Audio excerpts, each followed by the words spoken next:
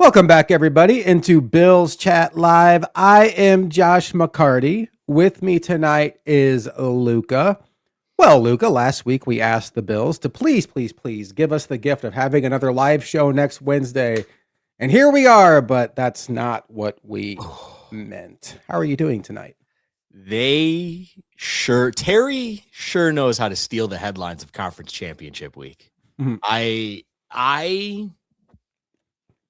I knew once the McDermott firing happened that it was going to be like, it will be interesting to hear the presser, but all full transparency, like expecting the usual nonsensical garbage, just we're new direction. We have to see where it goes, go through the process, but all the typical hit points.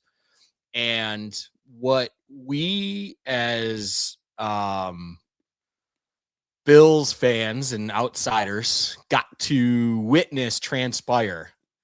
The biggest winner of the day is Sean McDermott. That goes without saying. That's the absolute home run winner of the day is Sean McDermott. I don't know who else came out more glowing than him, and we'll obviously break it down a little bit. But I just got that off there too fast. yeah. But I will, just the cherry on top, and we'll get into Bill stuff. But 12 minutes ago, the Sabres dropping a Josh Doan extension for 7 years is just classic Pegula ownership. One thing's not going right over here. Hey, we're going to drop some great news over here. This thing's not going great over here. We're going to drop some great news over here. It's right out of the playbook of, Terry Pegula himself and the ownership of both these squads. So not surprising to see it. I am ecstatic about that one, but we have to talk all Bills things here, and what a day it was. All right. So I hear you, badass 6'7". I think that's a common thought right now is Pegula sucks. And I'm going to use that singularly. We're not going to pile on Kim Pegula here. I get what I'm with Sam a lot here. Terry should have made a statement, not have been allowed to answer questions. East Malise, always appreciate you hanging out.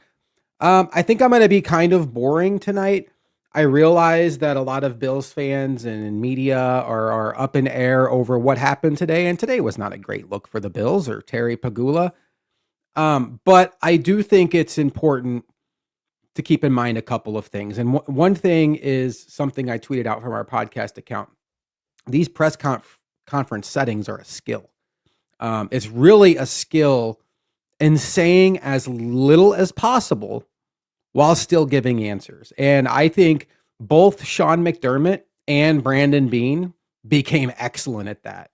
Now, look, they were following in the footsteps of Rex Ryan and Doug Whaley, who to varying degrees for different reasons were horrendous at it. But I thought they're both a breath of fresh air. I think to Sam's point, if it was just Beane today talking, I think so much of this would have been smoothed over. But unfortunately, that wasn't the case. What I will say, though, one, Terry Pegula, the way he handled the press conference today, it had a very, I'm at the owners' meetings, but I'm out at the bar with the reporters, and I'm giving them the reels. And it's, if he would have said what he said about Keon Coleman to Tim Graham at the bar, not with cameras on, just like, hey, buddy, let me buy you a beer. I'll tell you what really happened in that Keon Coleman draft. Non-issue. Those things happen. I'm not saying Tim Graham specifically, but those conversations happen with sources, reporters all the time. Terry Pegula saying that out loud in front of the cameras, that like deflecting blame on the Keon Coleman pick to Sean McDermott. And it has come out since that John Worrow, the AP, spoke to him after, and he did say it was the coaching staff, not necessarily Sean McDermott. It's a bad look. It's Harry High School stuff. It looks like you're trying to not take accountability. So where I'm left here, Luke, and I know I'm talking for a bit here, is the reason why I'm not freaking out, the reason why I'm not thinking that, oh my God, we're going back to the drought.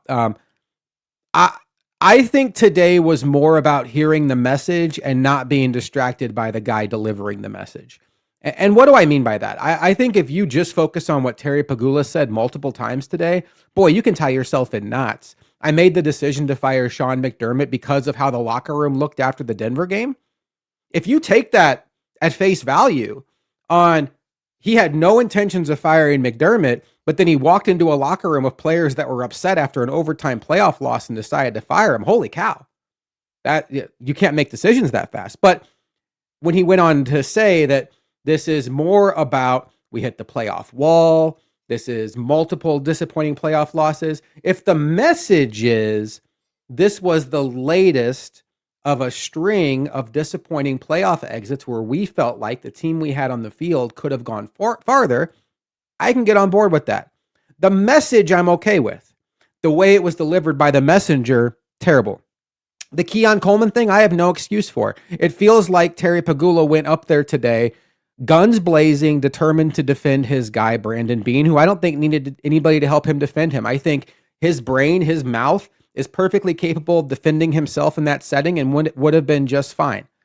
But I think Terry Pagula did more harm than good. The message today was we needed a new direction. We've hit the wall. We've hit the ceiling with this coaching staff. The message is fine. The way it was delivered was a joke. I have seen enough in my life of NFL owners at press conference settings, whether it's the late Jim Irsay, whether it's Jerry Jones, to know they're not all Robert Kraft. And I know Robert Kraft has off-field allegations and all that stuff. Put that guy in front of a microphone. He's just as smooth as every head coach and GM. He knows how to, he's with it. They're not built to be in that setting. And boy, oh boy, did Terry Pagula look at fish out of water today.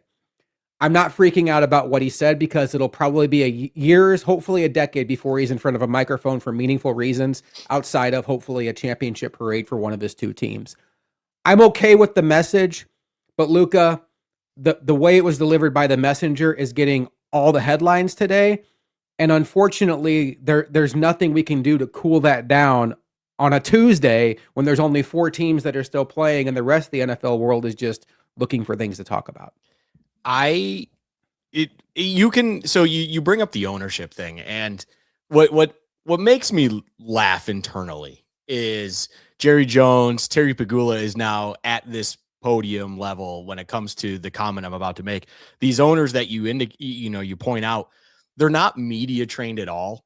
And it's clear as day that that's the case. And on top of it, can you imagine being the PR staff that has to exist now underneath Terry Pagula?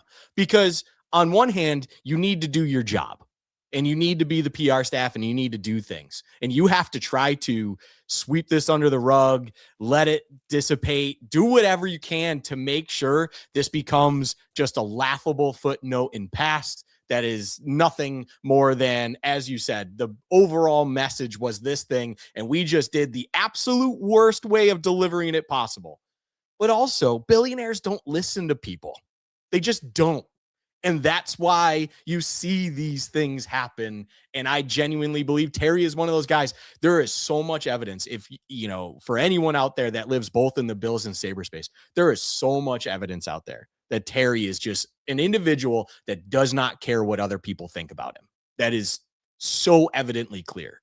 And I think today's press conference might have been one of the first times from a Bills lens we got to see everything about Terry that fully shows why the level of dysfunction and failure has existed at another professional franchise that he owns.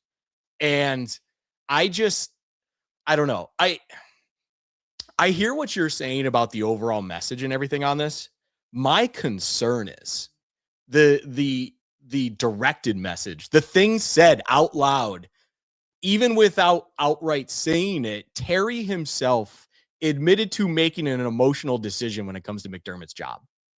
And that's the dumbest thing you could do in that instance. You quickly turned around things after a loss and immediately had a conversation with McDermott that I think at one point I saw reported lasted all of 7 minutes of a conversation behind closed doors that saw him be fired. And you did it based on an emotional reaction of what you saw of a team in a locker room. That's the definition of an emotional reaction. That's the definition of being short-sighted and just feeling in that moment, that's it.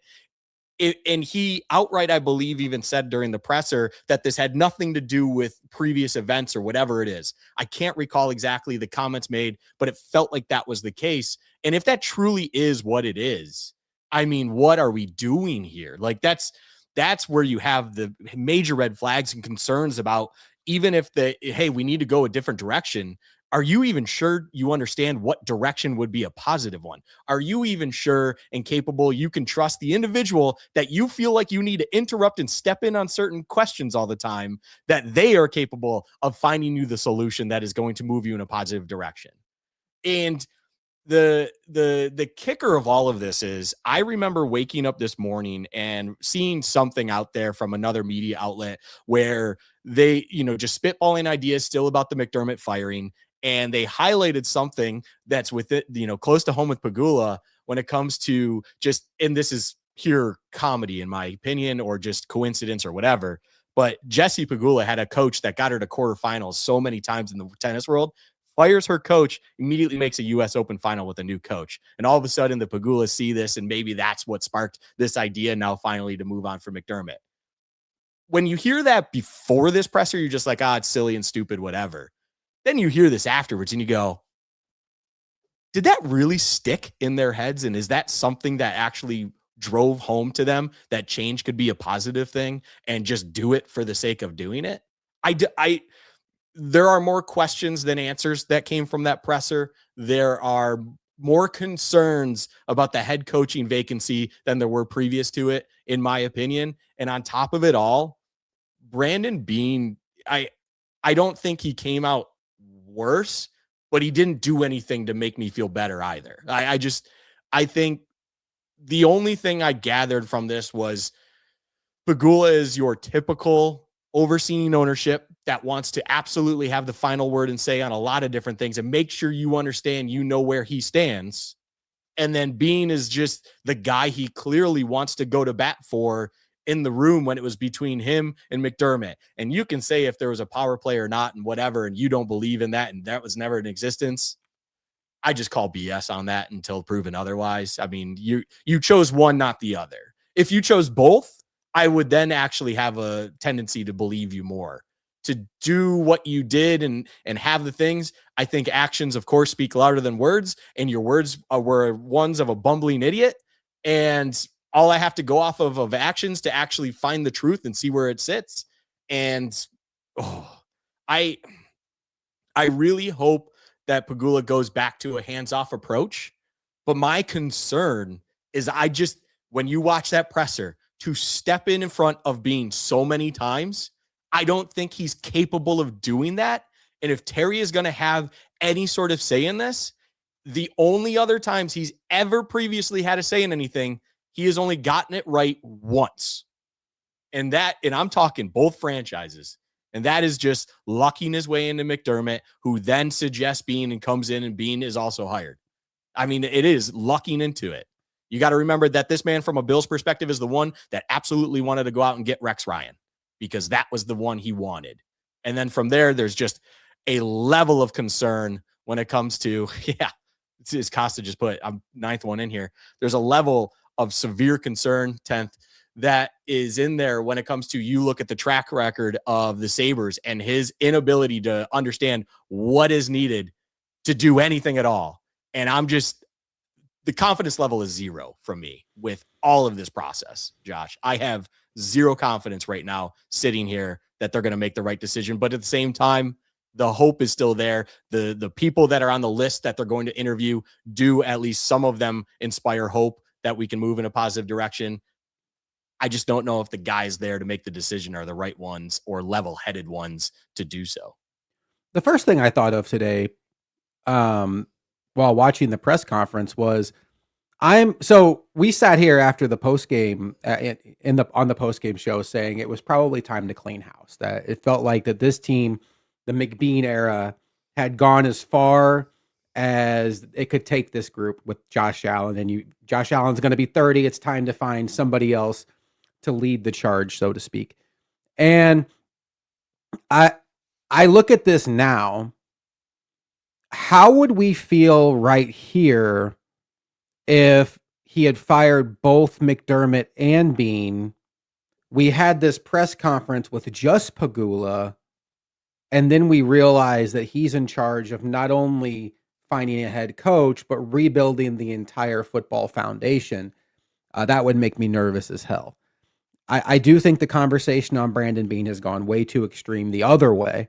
I don't take back anything I said about his bad moment on WGR, his inability to put weapons around Josh Allen, and I didn't like his answer when he kind of doubled down on it today, saying after you pay a franchise quarterback, you have to prioritize where you're going to put resources, but we're always going to look.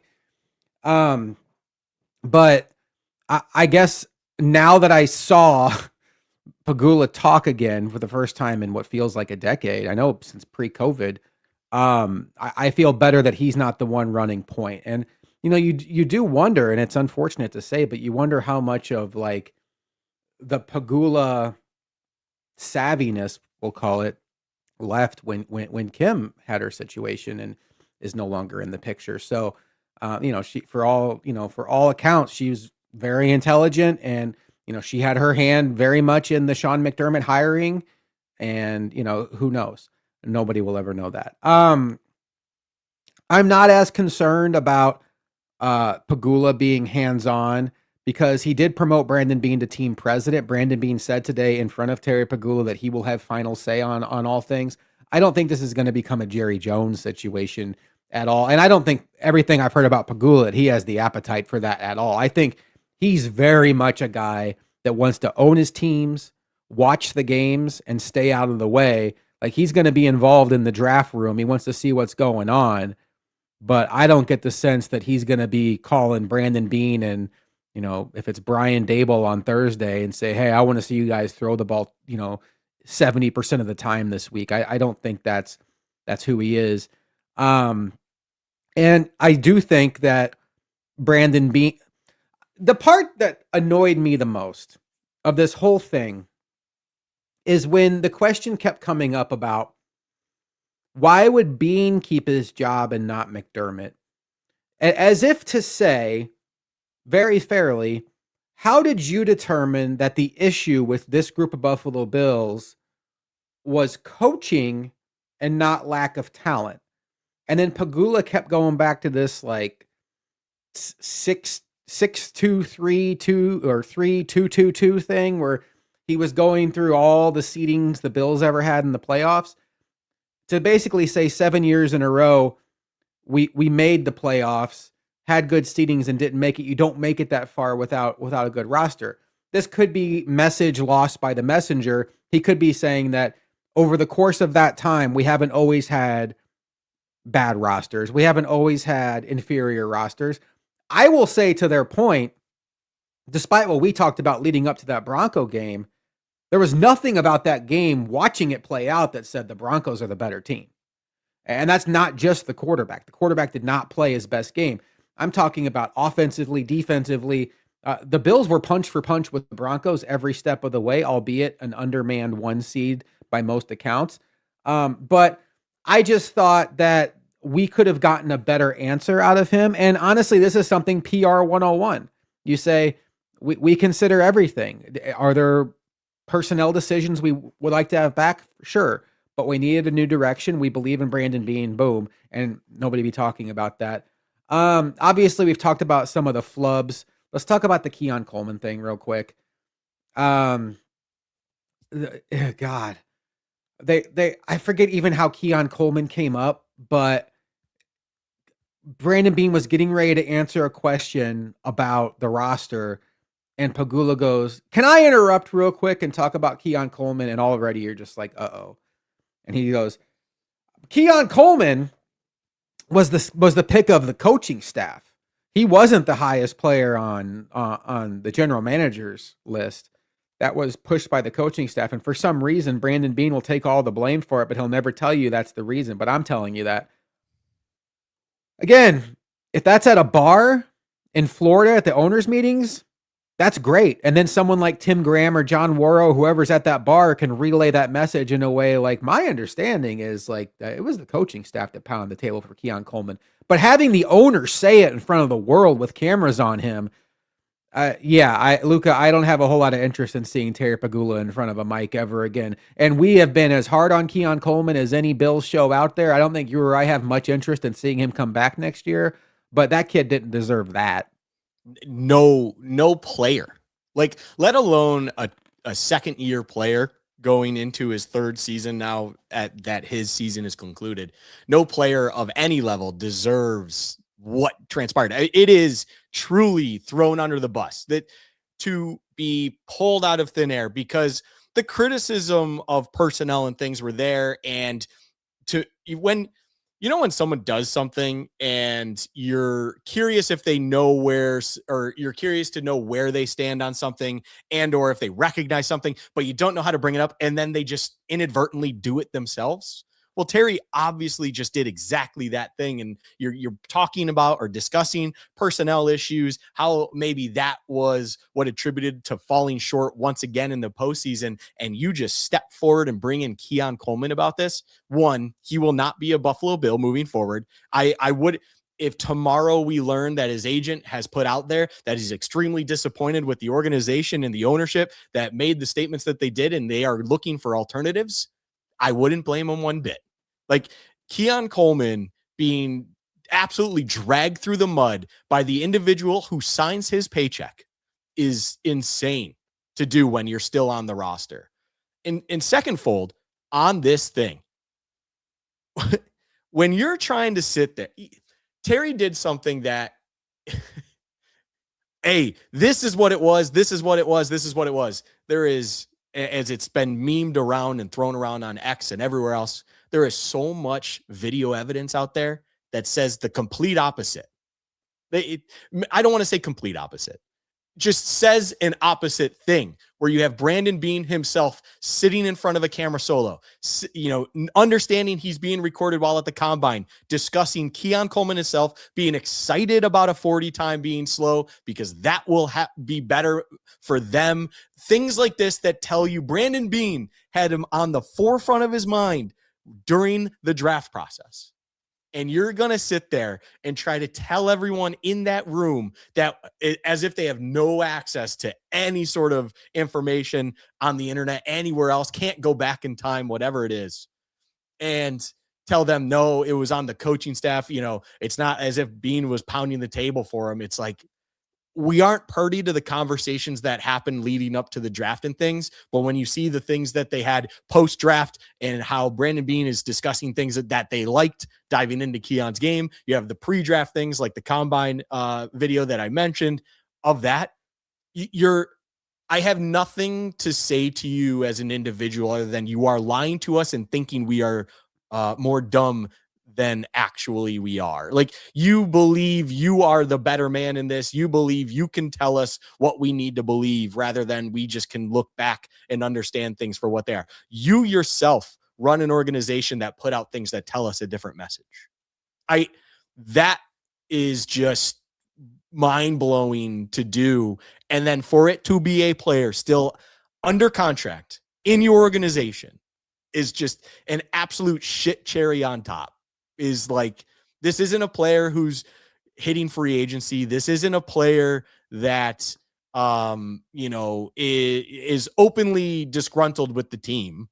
This is a young player still trying to find his footing in this league and clearly had a bad sophomore season when there was a little bit of expectation and hope that maybe he could move forward and have a step further in his career in a positive direction as one of Josh Allen's weapons.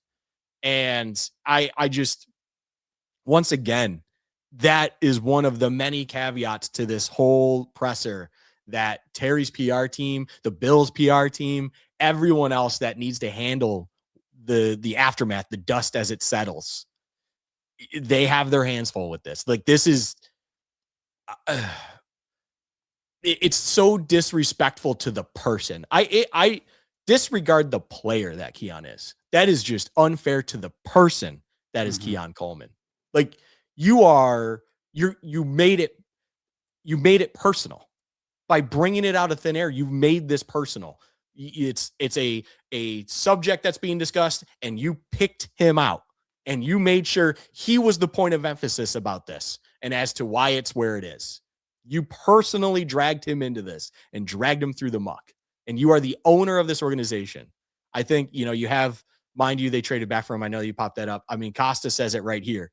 That's the kind of bullshit that keeps free agents away. That 1000%.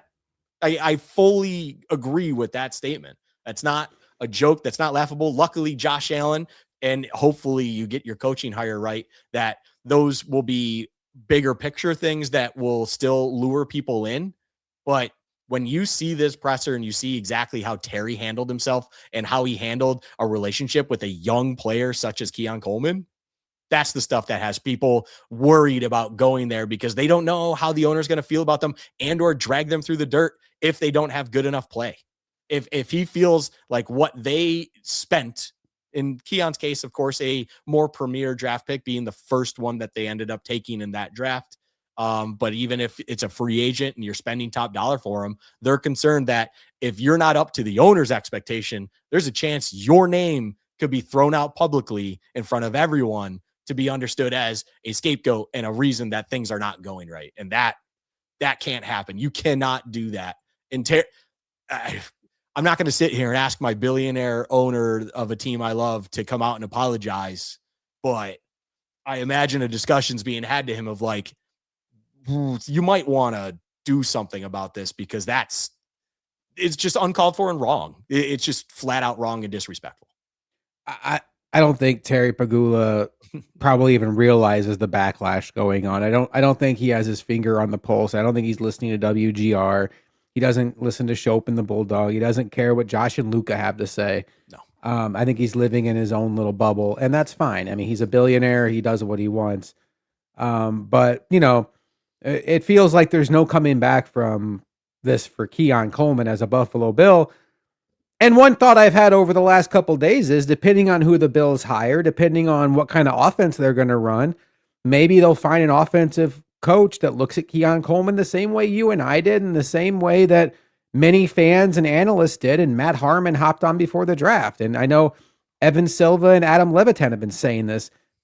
Put him in the slot, make him a big slot, and let him get open. Don't make him get open as an X against the press. That's not his game, but at this point, it feels like this is an asset the Bills are going to just have to let go. And that generally happens with coaching changes anyway, but it's not like Keon Coleman has ridiculous talent that the Bills are going to sorely miss, but this is the top pick in the second round, and this is a guy that couldn't even help them when they were down to practice squatters and guys that they had re-signed to the practice squad several weeks ago, making the biggest catches in the second round of the playoffs. All right, Luka, well, we got a clue as to some of the coaches the Bills are looking at this point in time. You know what? Actually, real quick, the Buffalo News, Jay Skursky just tweeted out that a comment essentially from Josh Allen. Here you go. I'll read it word for word. At Jay Skursky on Twitter. A source close to Josh Allen tells me he's appreciative of his 8 years with Sean McDermott. Allen, I'm told, has faith in the leadership of the team under Terry Pagula and Brandon Beane, and will take an active role in participating in the upcoming head coaching interviews. Again, Jay Skursky works for the Buffalo News. I'm assuming that came directly from Josh Allen, but you can take that however you want. What do you think about Josh Allen having a voice in the room with these head coaching interviews? My thought is, I don't mind him having input. I don't. But I also need you're the quarterback. You're exceptionally good at what you do. I don't know that you're the best person in this building to tell me who the best person is to run this whole thing. And I'll just raise my hand. If somebody came to me tomorrow and said, Josh, you get to pick your next boss, my thought, how human nature would be, who do I like the best? Not who's the best for my personal development, not who's going to challenge me in ways that I didn't know I needed to be challenged. I'm not going to really take into consideration my colleagues and my coworkers who are also going to report to this person that are relying on them for development.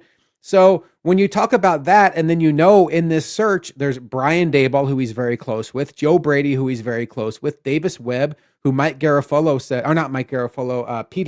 said is Josh Allen's best friend in real life. I need Josh Allen walled off from this a little bit. You want to keep him up to date on who's coming in for interviews, how they went. Maybe if it's really close, you kind of say, hey, this coach is thinking we're going to run more of this kind of scheme and yada, yada, yada. Great. I don't need Josh Allen being like one of the final four judges that casts a vote on who the next head coach is. I don't know if that's what it's going to be, but I don't really have a huge appetite for it. Where are you at, Luca? Your final point of that is exactly where it needs to be. I would say the only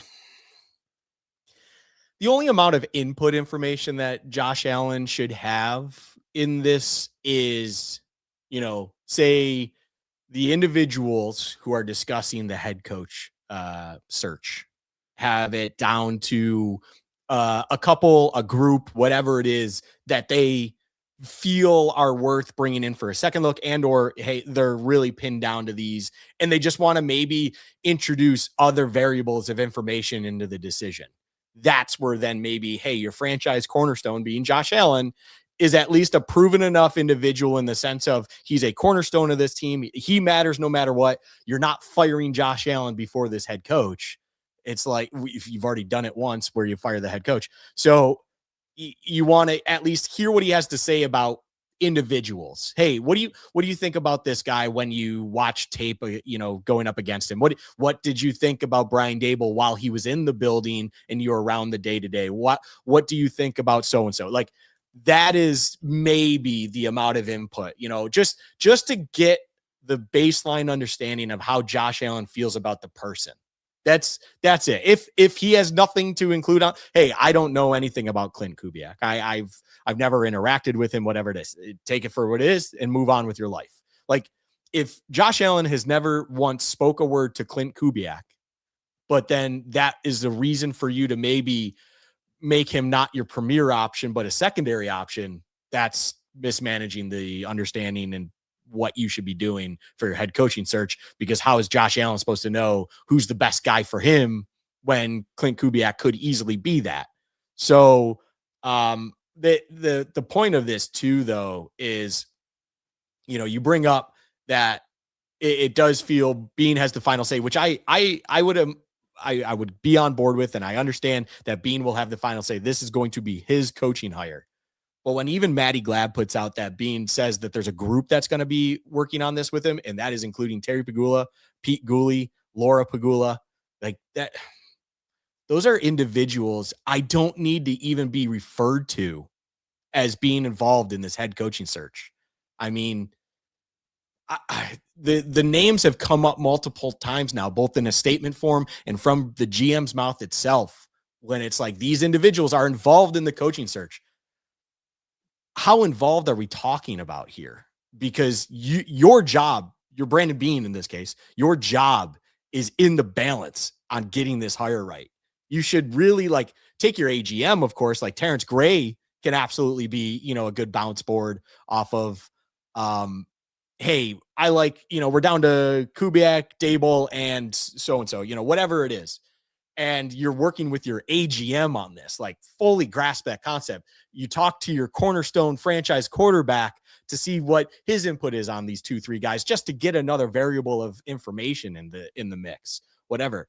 But again, if it's not just running by the search to Terry and Pete Gooley and Laura, like I look, Terry owns the team.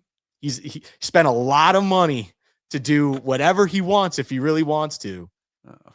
But hands-off approach, as Josh said earlier in this thing, that's what I want to hear as a caveat to, hey, they're involved in the group for the search. No, it's more Brandon Bean and Terrence Gray and Brian Gain. Hey, this is who we're really having good interviews with. This is whatever it is. And then maybe Terry goes, oh, I've heard a lot of good things through the ownership meetings about so-and-so. And it's like, okay, there you go, Terry, way to be involved in this thing. And it's like, yeah, okay, cool. Again, it's Terry's involvement needs to be absolute minimal. And I get concerned that if Josh Allen even has more of a say than just providing his own 2 cents on how he feels about these people, that you're not taking this as serious as you need to. If you're Brandon Bean, Brandon Bean needs to be putting his foot down. Brandon Bean needs to be the one that's like, my job hangs in the balance on this hire. So, hey, you can tell me what you want, but I understand that if I screw this up, I'm gone in 2 years or 1 year, like whatever it is. Like this is truly on his shoulders to figure it out. So Laura Pagula is Terry's daughter from previous to his marriage with Kim. So I know if you hear Pagula's daughter, your first thought goes to the tennis player Jessie. No, Jessie, that's Terry's. I know she's Kim's daughter. They have daughters together, right? Terry and Kim, Jessie, and then the other Pagula, I think, is in fashion, and then Laura's in her 40s. I do think that they're grooming her to kind of be in that Kim role. Like I know that she has sat in Terry's place in owners meetings.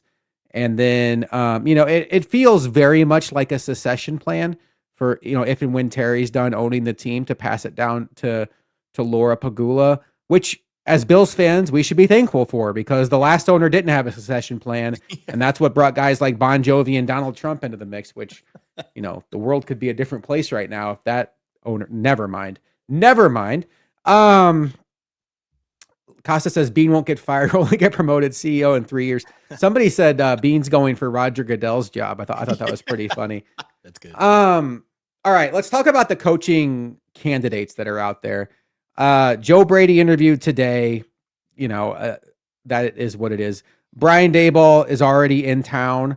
A report from Diana Rossini came out today that Brian Daboll let the Eagles know that his first choice is to see what happens with the Bills head coaching job. So the Eagles actually, I guess they were giving him a deadline, which you understand of. You want to be our OC, you got to let us know. And he wanted to wait out the Bills coaching search. So that tells you he feels like something could happen here. So Brian Daboll. And then we had, why am I trying to do this off of memory? Sal Capaccio just tweeted this out. Anthony Lynn, he's currently the Commanders running back coach. If you remember back, Anthony Lynn was actually the coach that took over the last 2 games for Rex Ryan, or maybe the last game for Rex Ryan after Rex Ryan got fired. And when Sean McDermott got hired, at the time, the common thought was they're just going through all the motions, but they're going to wind up with Anthony Lynn. And then Sean McDermott blew them away in the interview process. Now, a lot of people think that had to do with Kim Pagula, but Sean McDermott blew them away. And that's where I would say that even if they have their mind made up. So here's the list according to Sal Capaccio. None of these are a huge surprise. Anthony Lynn, that was kind of a surprise. Grant Udinski, who is a very young 30-year-old offensive coordinator from Jacksonville. Both Jacksonville coordinators are getting really strong looks this cycle. Cohen did a fantastic job of putting that staff together, and he's getting a lot of credit for what he's building down there. And then Anthony Weaver, the defensive coordinator down in Miami.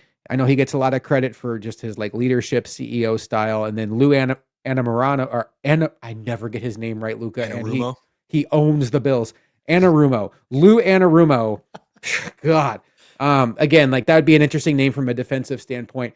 I would expect that once the Broncos are either eliminated or they win the Super Bowl, Davis Webb will come into consideration. He's an offensive assistant for them. I don't think he's officially an offensive coordinator. He's their pass game coordinator. And then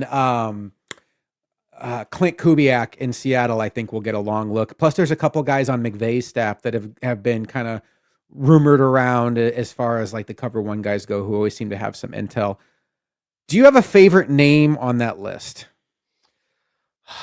On the actual list, so we're not going with some of the ones that you said are potentially still worrying about games in this current postseason. Favorite is a stretch. I would say my favorite is still coaching right now. On that list, though, if I had to pick one individual, I think it would be impossible for me to, but I think the two that I'm just drawn to are Udinski and then Brian Daboll. I think those are two individuals that I at least respect the way they see the game from an offensive side. And then from there, everything else will be figured out. The common theme I have, though, is I need I need offensive progressive mindset when it comes to this team moving forward. I need someone that truly, from the head coaching position, understands that this team will operate through 17, and we need to do everything around that first, and everything else should be able to be fixed on its own. And on top of it, I'd love to see someone that's focused on the defense that's truly just dedicated to the defense. I just let them live in that space so they can fix that and figure that side out. I feel like that's more of a formula of sustaining success than the opposite. Um, it's too easy for a defensive mind to want to just control the entirety of a game and also control the aspect of the defense when it gets down to crunch time. And you can just lose sight on the big picture and lose sight on game management things and CEO type style things that it's like you see some of these other names out there and I don't care for it. The Anthony Lynn one to me, very odd. I can understand that there's a history there, but also I don't know where the vision is with that one. It's not like I looked at Washington and it was like, their running back game, strong. Did they get a lot out of a random guy out there that wasn't playing a lot of football? Sure. But yeah, that's a little bit of a head scratcher. But if I had to pick two names, Udinsky or Dable would probably be up there. But I will definitely say my eyes are on outside that list when it comes to my preferred individual. Brian Dable. So one thing I will say is, can Brian Dable get me Brian Flores? Because I might be all set just then. Like, can you bring me Brian Flores? Like, as defensive, because there's your defensive, like, that's Sean McVay becoming the Rams head coach and saying, hey, Wade Phillips, when we're on defense, you're the head coach. Yeah. Like, that's what I want. And, maybe Brian Flores is only here for a year or two. I don't care. He'll become a head coach again. This defensive culture here in Buffalo needs a culture shift. This defense is way too passive. It's way too small. They've been afraid of tackling, afraid of contact. It's not Buffalo Bill football. And look at me, like, being like, oh, you're letting down all the Buffalo Bills. But damn it, man. Like, I've seen Takeel Spikes, London Fletcher. Watching linebackers afraid of contact is driving me insane. And you shouldn't have to wait until Shaq Thompson comes in off of multiple injuries as a signing in May to be somebody who leads an example of how to tackle. So I would love to see Brian Flores come in, no matter who it is, as the defensive coordinator. So here's an interesting twist to Davis Webb, and I want to get your thoughts on this. One thought is that he'll bring in Brian Dable as his offensive coordinator, which, again, perfect. I mean, you have a guy that can call the offense, and Davis Webb can focus on being the CEO while also having his hands in the offense, yada, yada. His other offensive coordinator that he's supposedly very tight with, Cliff Kingsbury. Yeah. Now, I know you have some affinity for the Arizona Cardinals, and you have some thoughts on Cliff Kingsbury, the head coach. Yeah. Cliff Kingsbury, the offensive coordinator, however, how does that sit with you? It's better than head coach. I don't think Cliff has ever had something at his disposal like a Josh Allen. So I think that the ceiling is limitless. It doesn't exist.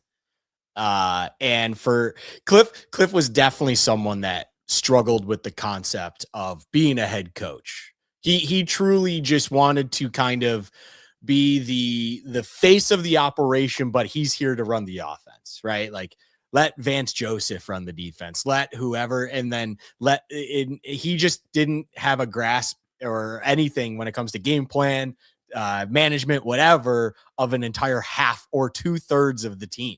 Like, he didn't pay attention to them. And it really felt that you could sense that on game days. You could sense that he was really just a glorified offensive coordinator. So to take that off his plate and be the OC, you've seen what you've seen in Washington. I think he's done a great job in Washington, because I think the players that Washington uses, the commies use, or I should say Commanders. I shouldn't be informal about the commies out here. The Commanders, I would say, have a good offensive staff, and when I mean players pool, but I would say they, especially obviously 2 seasons ago, leapt above and beyond what I believe them being capable of. And I think that was due to scheme and understanding of what was going on. I think, I also have personal situations with Jaden Daniels, the quarterback of that whole offense. I think if you were to ask Josh Allen to do a lot of what Washington was running, even in the peak Jaden Daniels, I think the offensive output would be incredible.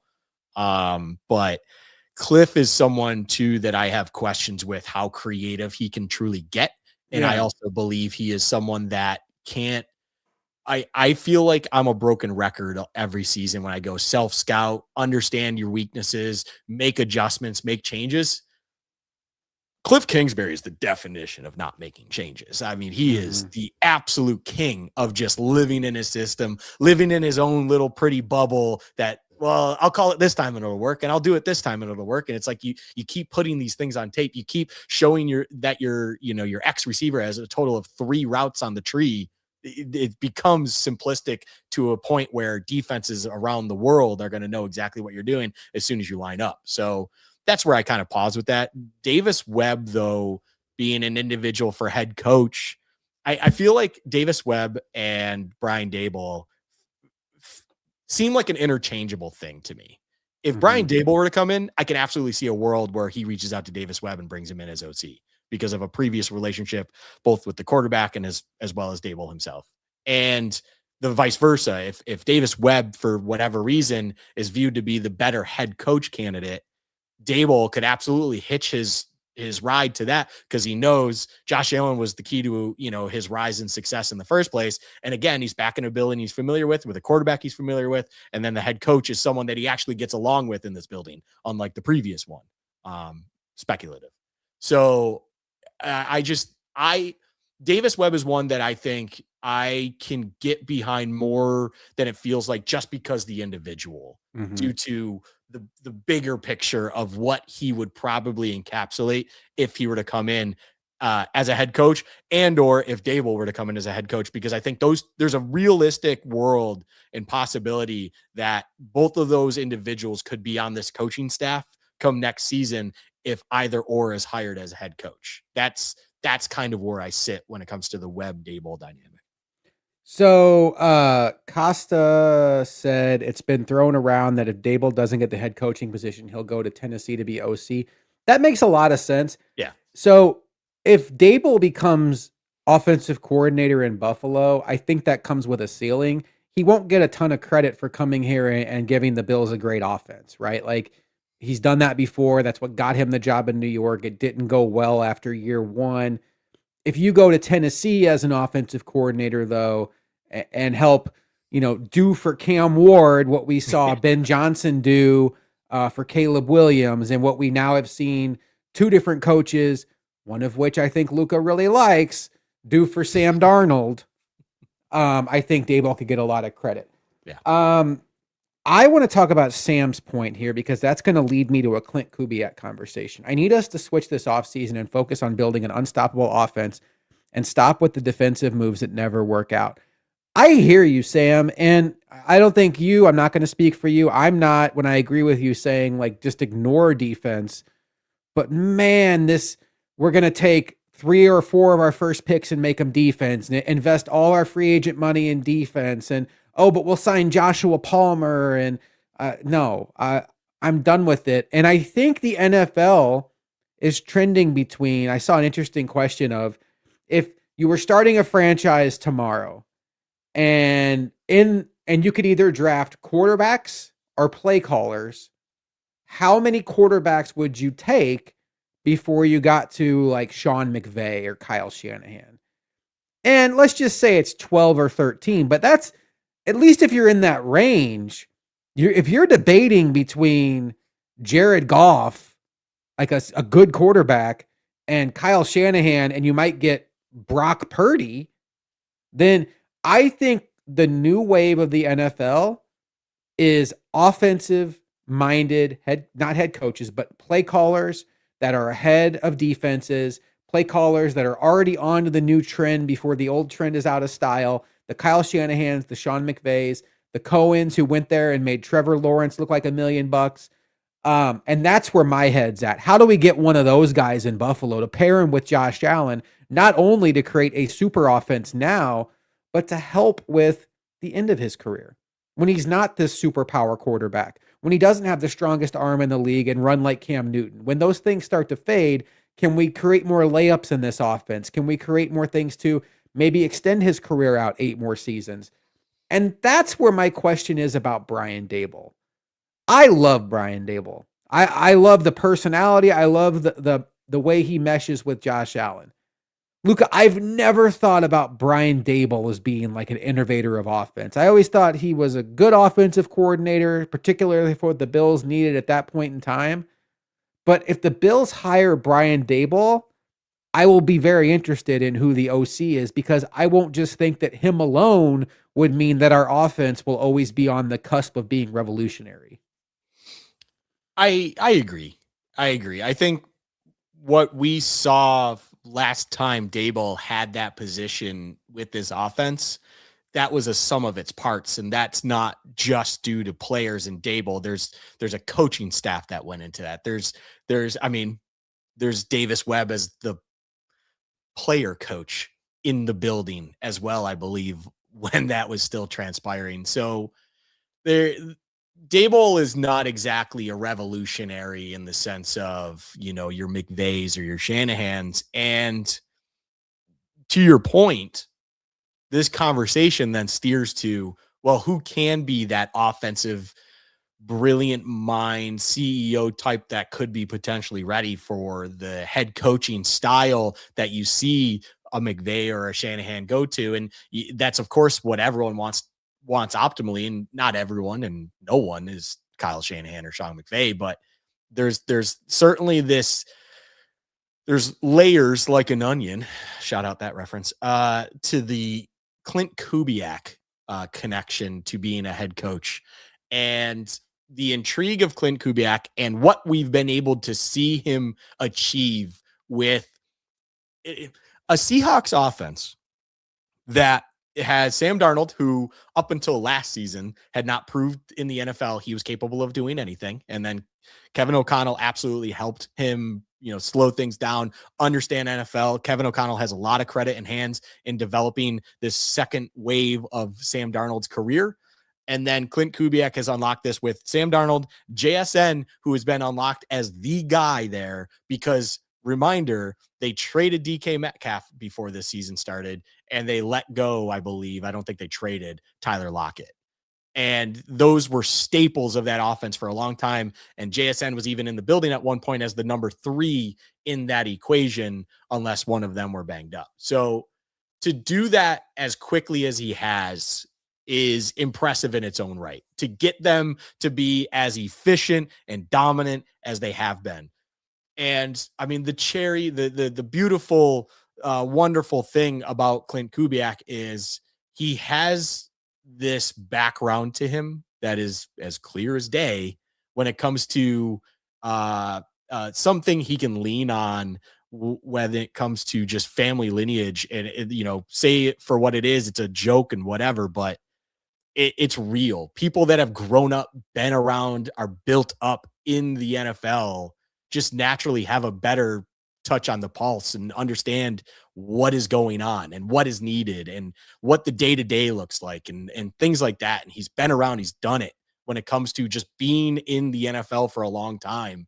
And it just feels like he could potentially be that answer you're looking for when it comes to being a creative offensive mind that is ready to lead and understand things from a head coaching position. And that is why, I mean, full transparency, he is by far my favorite option in this equation when it comes to the head coaching search.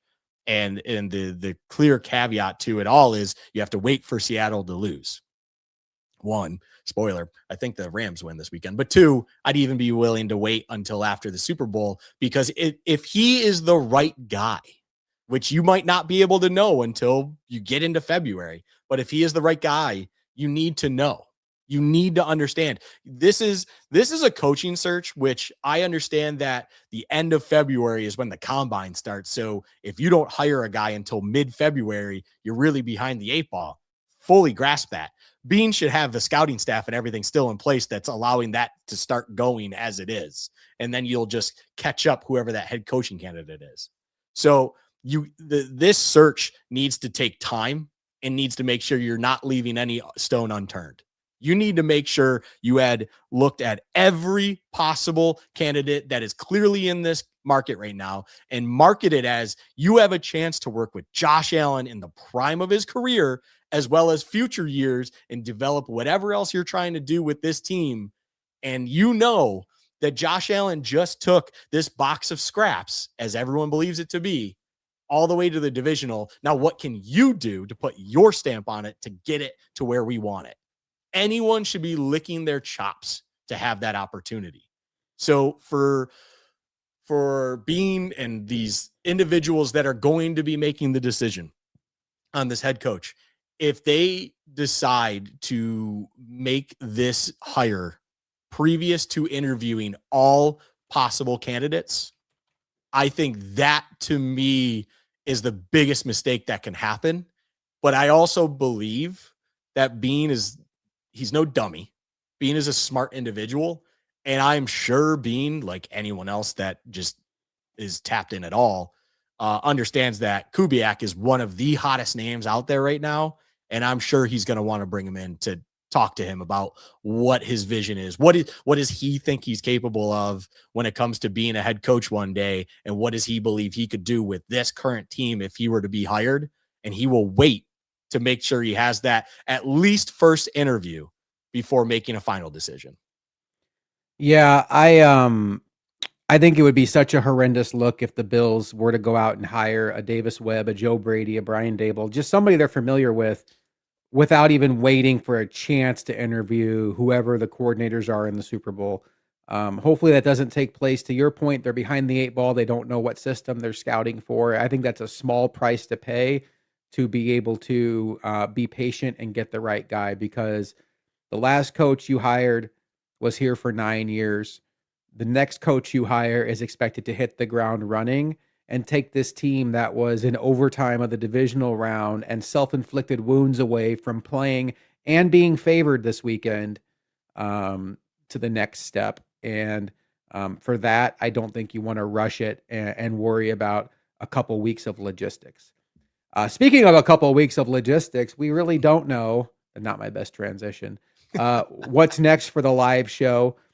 We are going to transition into off-season content here. I do think that Luka, until we know who the next coach is for the Bills, I think that's going to be where our head's at on this show, on these shows going forward. And then obviously we'll do a season wrap-up show where we review the draft class and the roster, who stays, who goes. Before we know it, it'll be free agency. It comes up quick when you make deepish playoff runs, and then it'll be all hands on deck for the draft. But for now, I don't know if we'll be back next Wednesday, but I don't know when. Just pay attention to us on Twitter. We'll let you know. But for Luka, I am Josh McCarty. We appreciate the hell out of all of you hanging out with us tonight. We know the Bills season came to a very disappointing end, and the last couple days have left a lot of people feeling a lot less than fully confident in this organization. But for Luka, I am Josh McCarty, and we will talk to you all next time on Bills Chat.